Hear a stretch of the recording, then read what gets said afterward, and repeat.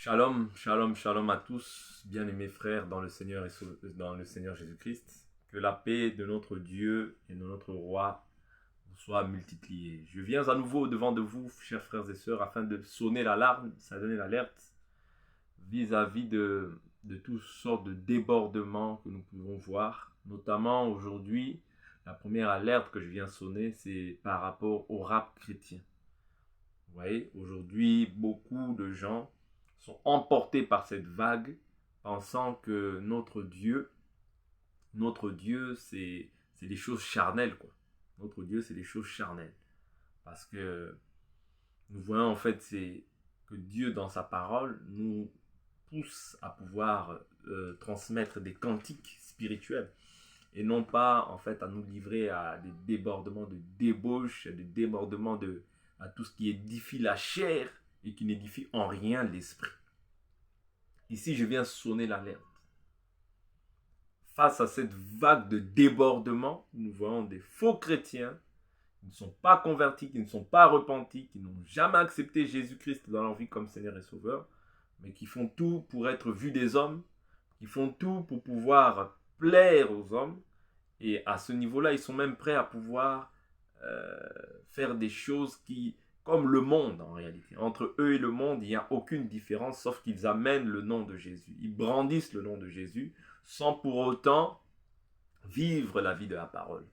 C'est très dangereux, frères et sœurs. Voilà pourquoi aujourd'hui, je viens sonner l'alerte face à tous ces vagues, ces vents ces vents qui sont contraires en fait à la doctrine que les apôtres nous ont transmise. Voilà pourquoi, frères et sœurs, nous devons être vigilants.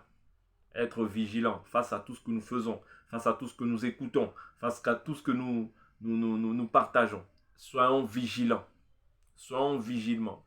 Aujourd'hui, de faux disciples, de faux prophètes, de faux apôtres se sont introduits dans la bergerie, comme Paul nous l'a déclaré dans Actes chapitre 20. Vous voyez? Donc c'est ce que nous voyons aujourd'hui, de faux enfants de Dieu, vous voyez, des fils du diable qui sont introduits dans la bergerie pour pouvoir détourner et séduire les âmes mal affermies. Prenons garde. Le Seigneur nous a annoncé ces choses-là. Nous devons être vigilants et sur nos gardes constamment. Ne pas nous relâcher, ne pas être séduits, ne pas être emportés par cette vague de débordement. Parce que c'est réellement un débordement où nous voyons des choses qui n'édifient que la chair. Ça n'édifie en rien l'esprit. Vous voyez? Et ces gens-là n'ont pas Dieu. Donc ils ne peuvent donner que ce que leur père leur a donné. Leur père, le diable.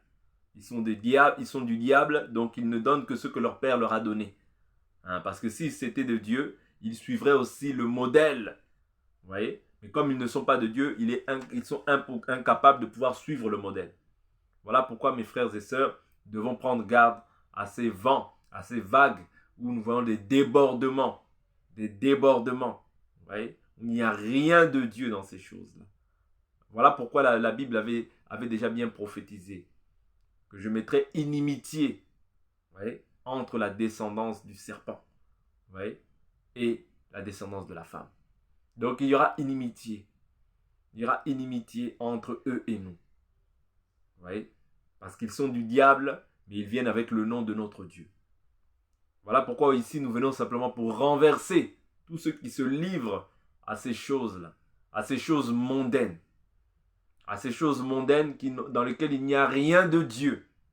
Prenons garde, chers frères et sœurs. Prenons garde. La Bible nous dit, ne vous conformez pas au siècle présent, mais soyez transformés par le renouvellement de l'intelligence, afin de discerner la volonté de Dieu, ce qui est bon, agréable et parfait. Prenons garde. Les faux bergers sont au milieu de nous. Prenons garde à ne pas être séduits. Oui, à ne pas être séduits, mais à rester attaché à ce qui est écrit, afin d'obtenir une pleine récompense. De ne pas mettre foi à tout esprit. Oh, chers chrétiens, frères et sœurs, la Bible nous dit dans Colossiens chapitre 3, allons prendre rapidement cette écriture. La Bible nous dit dans Colossiens chapitre 3,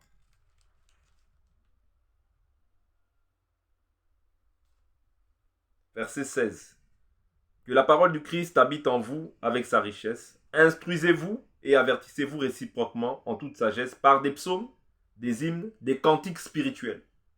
Sous l'inspiration de la grâce, chantez à Dieu de tout votre cœur Quoi que vous fassiez en parole ou en œuvre, faites tout au nom du Seigneur Jésus, en rendant grâce par lui à Dieu le Père. Vous voyez ce que nous devons faire? C'est entonner des cantiques spirituels. Mais ces cantiques-là, que les gens entonnent, est-ce réellement des cantiques spirituels? Rap chrétien? Non, frères et sœurs. Non, frères et sœurs. Ce sont des païens qui se sont introduits dans la bergerie. Des loups ravisseurs qui se sont introduits dans la bergerie pour maintenir captifs les brebis du Seigneur. Vous voyez? Pour emporter les brebis du Seigneur afin qu'ils mettent foi en fait aux choses qu'ils sont en train d'annoncer, qui ne sont pas du tout de Dieu. Prenons garde. Le Seigneur nous a déjà alertés par rapport à ces choses-là. Nous devons être sur nos gardes, éveillés, prier, afin de ne pas aussi entrer dans la tentation et dans la séduction de toutes ces choses. Vous voyez? Prenons garde, soyons prudents. Soyons prudents. Je prends une autre écriture, Éphésiens chapitre 5, le verset 20. Éphésiens chapitre 5, le verset 20. Le verset 19. Entretenez-vous par des psaumes, des hymnes et des cantiques spirituels. Chantez et célébrez le Seigneur de tout votre cœur. Rendez toujours grâce pour tout à Dieu le Père au nom de notre Seigneur Jésus-Christ. Vous voyez? C'est ça le but. Mais la Bible nous dit, tout est permis, mais tout n'est pas utile. Nous devons rechercher tout ce qui édifie notre esprit. Tout ce qui va être de l'enseignement. Tout ce qui va être un cantique spirituel, s'il vous plaît. Aujourd'hui, ce sont des cantiques charnels qui ne servent qu'à faire bouger la chair. Bouger la chair. L'esprit n'est pas édifié. Or, le cantique, c'est aussi une prophétie. Je prends une écriture. Des chrétiens charnels qui s'élèvent pour pouvoir séduire les âmes mal affermies, pour détourner le cœur de ces personnes-là, afin de les envoûter par des cantiques qui ne viennent pas de Dieu. Je prends une écriture. 1 Corinthiens, chapitre 14, le verset 26. Que faire donc, frères, lorsque vous vous assemblez? Chacun a-t-il un cantique, une instruction, une révélation, une langue, une interprétation? Que tout se fasse pour l'édification. Le cantique n'est pas donné pour être une star internationale. Non. Ça, c'est une erreur encore. Vous voyez? C'est un venin encore que le diable vient introduire dans l'église pour que les gens se voient comme des vedettes. Ce n'est pas ça le but du cantique. Le cantique est donné pour édifier l'église.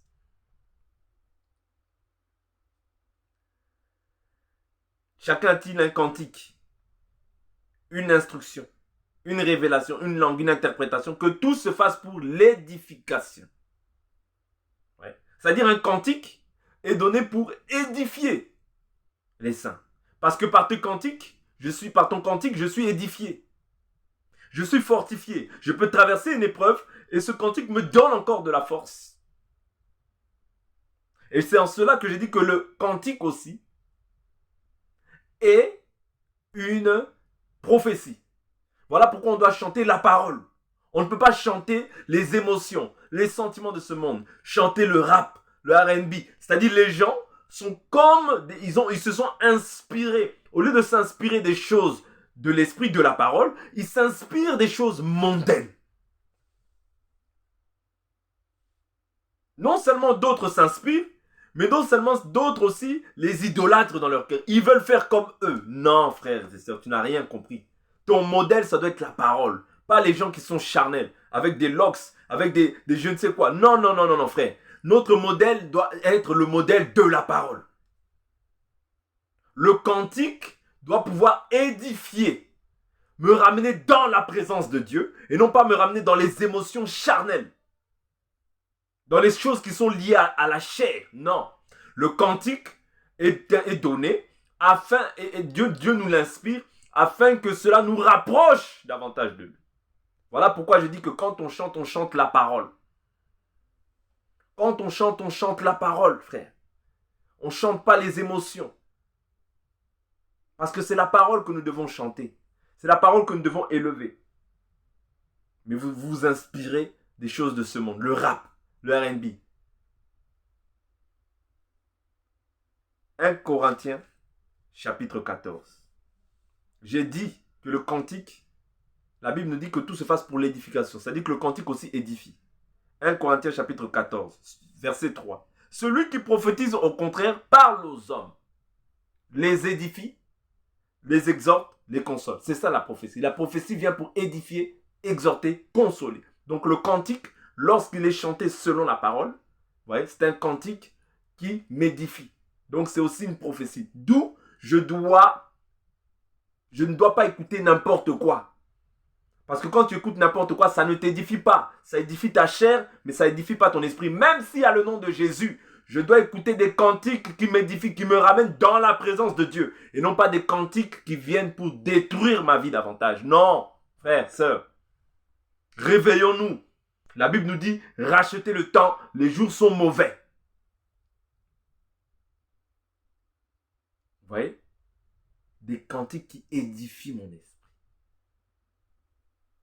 Édifier veut dire quoi? Édifier veut dire construire, bâtir. Qui bâtissent ma foi sur la parole. Pas des cantiques qui vont me ramener dans les choses de la chair, dans les émotions, dans les sentiments. Non, frère. Cela ne pourra pas te bâtir. Cela, par ça, tu ne pourras pas être construit ni bâti selon la volonté de Dieu, mais tu vas simplement être édifié selon la chair, selon les pensées humaines qui n'édifient en rien l'esprit. Faisons attention, prenons garde.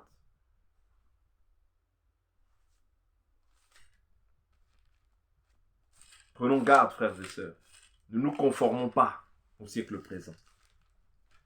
Ne nous conformons pas à la gloire de ce siècle présent, parce qu'elle est passagère et éphémère. Mais la parole demeure éternellement. Vous voyez? Donc faisons attention. Ici, c'était juste pour sonner l'alerte, afin de ne pas tomber dans ce bain de séduction. Rap chrétien. Hip-hop chrétien. Non, il s'inspire des choses de ce monde. Or, le monde, la Bible nous dit, n'aimez pas le monde, ni les choses qui sont dans le monde. Si quelqu'un aime le monde, l'amour du Père n'est pas en lui. Or, tout ce qu'il y a dans le monde, la convoitise des yeux, c'est ça. La convoitise de la chair, l'orgueil de la vie, ne viennent pas du Père, mais viennent du monde. Mais la Bible nous dit quoi? Le monde passe. Et ça convoitise aussi. Mais celui qui fait la volonté de Dieu demeure comment? Éternellement. Quand tu entends des cantiques qui sont liés au rap, tu regardes en fait au chant de ce monde, comme toi tu écoutes les chansons de ce monde. Païen. Un enfant de Dieu ne chante et n'écoute que les choses qui viennent de Dieu. Je ne peux pas écouter des cantiques païens parce qu'ils célèbrent un culte, soit à une personne, soit à une divinité, qui est contraire à notre Dieu, soit au démon. Et moi, ma bouche ne peut qu'adorer Dieu.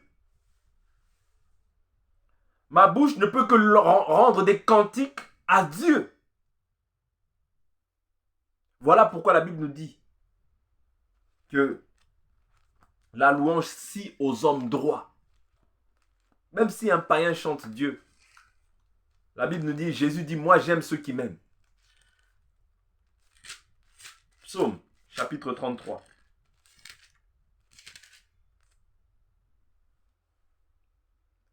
Psaume 33, versets 1 à 2. Il dit, juste pousser des cris, juste. Hein. Là, il commence sa phrase par juste. Pousser des cris de joie en l'honneur de l'Éternel. Ça veut dire que l'injuste, l'infidèle, même s'il loue Dieu, la Bible nous dit que la prière du méchant est une abomination. Vous voyez? La prière du méchant, Dieu n'écoute pas la prière des méchants. Dieu n'écoute pas les cantiques des gens de ce monde. Dieu ne peut pas t'écouter lorsque toi tu es, c'est-à-dire tu es avec le monde et tu es... Non. Soit tu es avec Dieu, soit tu es avec le monde. Il dit juste, pousser, donc c'est les justes. Pousser des cris de joie en l'honneur de l'Éternel. La louange convient aux hommes droits. Je comprends par là que quand toi tu entends des cantiques qui sont liés au rap, en réalité tu es un mondain, mais tu viens te déguiser en apôtre de Christ, mais tu es encore un mondain. Parce que tu t'inspires des choses de ce monde. Au lieu de t'inspirer des choses du royaume, toi tu t'inspires des choses de ce monde. Tu es mondain. Célébrer l'Éternel avec la harpe, psalmodier en son honneur, sur le luth à 10 cordes. Chantez-lui un cantique nouveau. Je ne peux pas prétendre être chrétien et entonner du rap chrétien. Ça n'a pas de sens. Dans la Bible, on ne nous parle pas de ça. Dans la Bible, on dit la louange convient aux hommes droits, aux justes. Et nous sommes justes par rapport à Christ. Si toi tu es juste, repens-toi de cette action et ne retourne pas dans ces choses-là. Que Dieu te fasse grâce, que tu te repentes de cela, afin de ne plus pratiquer ces choses-là. Peut-être que tu étais dans l'erreur. Si tu étais dans l'erreur, aujourd'hui, Dieu permet que tu entendes cette parole afin de te repentir du hip-hop chrétien, afin de te repentir du rap chrétien, parce que bibliquement, nous ne trouvons pas ces choses-là. Parce que ces choses-là servent à l'édification de la chair et non pas à l'édification de l'esprit. Tout est permis, mais tout n'est pas utile. Tout est permis, mais tout n'édifie pas. On comprend par là qu'un chrétien doit rechercher tout ce qui édifie. Si les choses que tu regardes n'édifient pas, ça n'édifie que la chair, en réalité, ce n'est pas en rapport avec Dieu. Frères et sœurs, que la paix du Seigneur soit avec vous. Ici, c'était juste pour interpeller ceux qui s'adonnent à de telles pratiques et qu'ils reviennent à leur bon sens et à leur premier amour. Dieu leur fera du bien. Que la paix du Seigneur soit avec vous. Soyez richement bénis. À la prochaine vidéo. Bye bye.